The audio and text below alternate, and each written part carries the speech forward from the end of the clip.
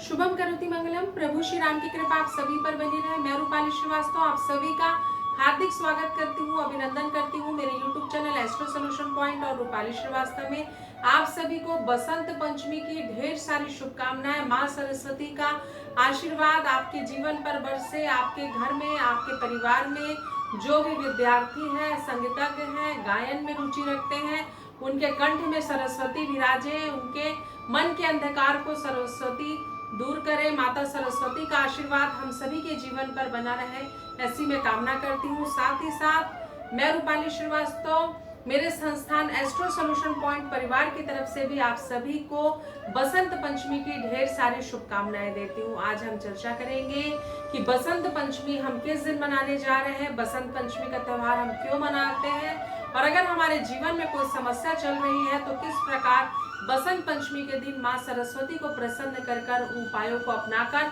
हम अपने जीवन में सुख समृद्धि और सौभाग्य को बढ़ा सकते हैं।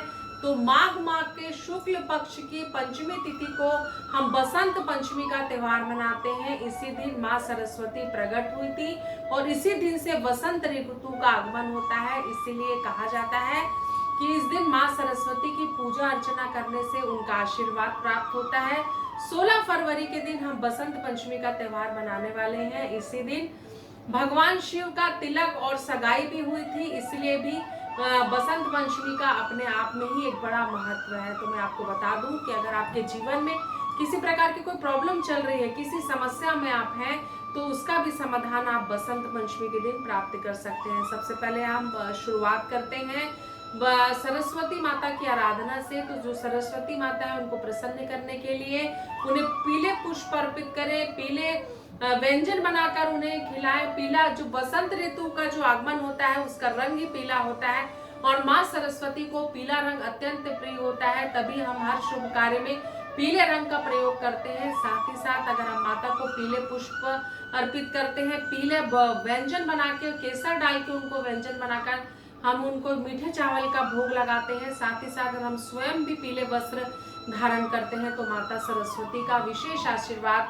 हमको प्राप्त होता है। तो इस कारण पीले रंग का इस दिन विशेष महत्व होता है। आप देखेंगे जिनको इस बात की जानकारी है वो हर व्यक्ति बसंत पंचमी के दिन कोशिश करता है कि वो पीले वस्त्र धारण करे। साथ ही साथ माँ सरस्वती को प्रसन्न करने के लिए हम लगातार उनसे प्रार्थना कर सकते हैं, उनकी आराधना कर सकते हैं।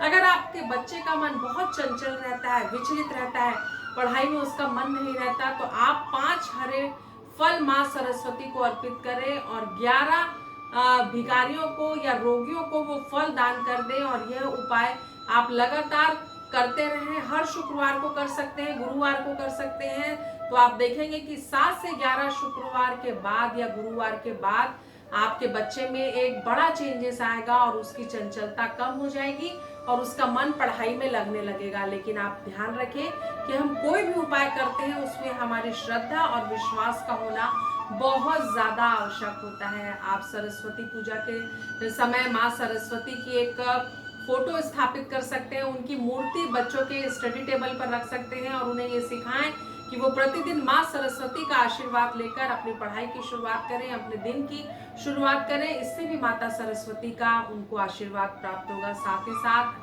आप स्फटिक का ग्लोब भी बच्चों के स्टडी टेबल में रख सकते हैं, इससे भी उनका मन कम विचलित होगा और आप अपने जीवन में आप देखेंगे कि उनके कैरियर में उनको एक बड़ा परिवर्तन हो रहा है। साथ ही साथ अगर आपके वैवाहिक जीवन में समस्या रहती है, कोर्ट कचहरी के मामले से आप परेशान हैं, तो आप बसंत पंचमी के दिन अगला स्तोत्र का पाठ कराएं। इससे भी आपके जीवन में चल रही बहुत सारी समस्याओं का समाधान आपको मिलेगा। साथ ही साथ बसंत पंचमी के दिन भगवान शिव और देवी शक्ति पार्वती की सगाई हुई थी, इस दिन उनका तिलक हुआ था। तो भी ये कहा जाता है कि अगर पूरे श्रद्धा और विश्वास के साथ हम माँ पार्वती और शिव की आराधना भी करते हैं तो भी हमें लाभ होता है। कई व्यापारी संस्थान में बसंत पंचमी में सरस्वती जी के साथ महालक्ष्मी की भी पूजा होती है। माता लक्ष्मी और सरस्वती के प्रभाव से जीवन में धन की कमी और अज्ञान की कमी नहीं रहती और उनका आशीर्वाद हमें लगातार प्राप्त होता रहता है और आप हमारे जीवन में हम सुख समृद्धि और सौभाग्य को प्राप्त करते हैं। जब ब्रह्मा ने सृष्टि बनाई, जीव जंतु बनाए, भगवान जब पूरी सृष्टि की कल्पना कर रहे थे तो उन्हें कुछ न कुछ ऐसी कमी लग रही थी जो उन्हें बार बार आकर्षित करती थी। तो ब्रह्मा ने सोचा कि मैं अपने कमंडल से जल छिड़क कर किसी शक्ति को प्रकट करूं। तो जैसे ही उन्होंने अपने कमंडल से जल को छिड़का पृथ्वी पर, तो वहां पर एक आदि शक्ति उत्पन्न हुई जिनके हाथ में वीणा पुस्तक थी। तो ब्रह्मा जी ने उन्हें लोगों की अज्ञानता मिटाने का कार्य सौंपा और संगीत के प्रति लोगों के आस्था और विश्वास जगाने का आशीर्वाद दिया। उसी दिन से माँ सरस्वती का पूजन शुरू हुआ और वो दिन पंचमी तिथि थी। तो हर साल माघ के शुक्ल पक्ष की पंचमी को माँ सरस्वती का पूजन किया जाता है और उनका आशीर्वाद प्राप्त किया जाता है। तो हमारे जीवन से माँ सरस्वती अज्ञान को निकाल दे, उनका आशीर्वाद हमें प्राप्त हो।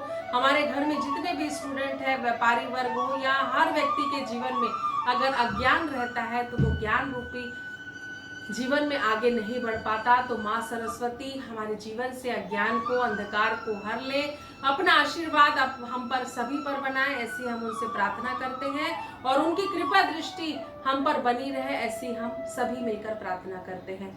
तो अगर आपके जीवन में किसी भी प्रकार की प्रॉब्लम है जो मैंने आपको बताई और आप इस उपाय को पूरी श्रद्धा और विश्वास के साथ करते हैं तो माँ सरस्वती का आशीर्वाद आपको प्राप्त होगा और आपके जीवन से आप विपरीत परिस्थितियों से, अपने जीवन रूपी अंधकार से बाहर आ जाएंगे। अगर आपको हमारा वीडियो अच्छा लग रहा है तो इसे लाइक और शेयर करना बिल्कुल भी नहीं भूलिएगा।